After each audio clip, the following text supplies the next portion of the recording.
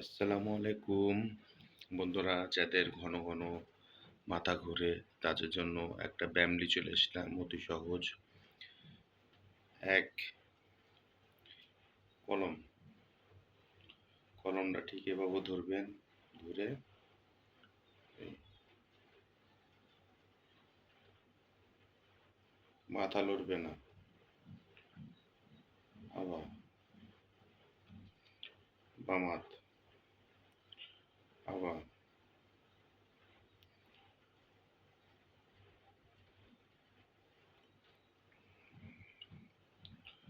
2 নম্বর ব্যায়ামটা হচ্ছে একটা বল নেবেন, বল নিয়ে হাতে এই